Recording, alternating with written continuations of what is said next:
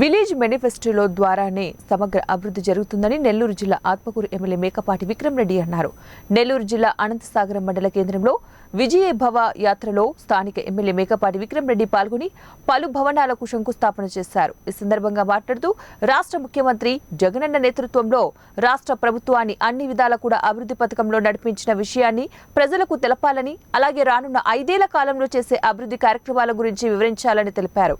Village మేనిఫెస్టోతోనే తమ సమగ్ర అభివృద్ధి జరుగుతుందని, ఆ విధమైన కార్యాచరణను తీసుకురాబోతున్నామని తెలియజేశారు.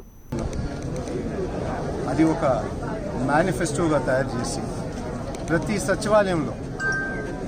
సచివాలయంలో విలేజ్ మేనిఫెస్టోగా తయారు చేసి వచ్చే 5 సంవత్సరాలు మనం ఏం చేయబోతున్నామో ప్రజలకు తెలియపరుస్తున్నాం. అంటే ఇది ఫస్ట్ టైం ఈ విధంగా జరుగుతుంది. ఇవే కాకుండా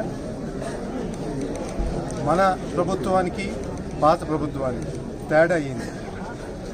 వాళ్ళు పరిపాలనలో ఏ విధంగా జరిగింది, మన పరిపాలనలో ఏ విధంగా జరిగిందని ప్రజలందరికీ ఒకసారి గమనించాలని, వచ్చే ఎన్నికల్లో అది ఆలోచన చేసి ఎవరు వాళ్ళకి రాబోయే రోజుల్లో బాగా పరిపాలన చేసేటట్టు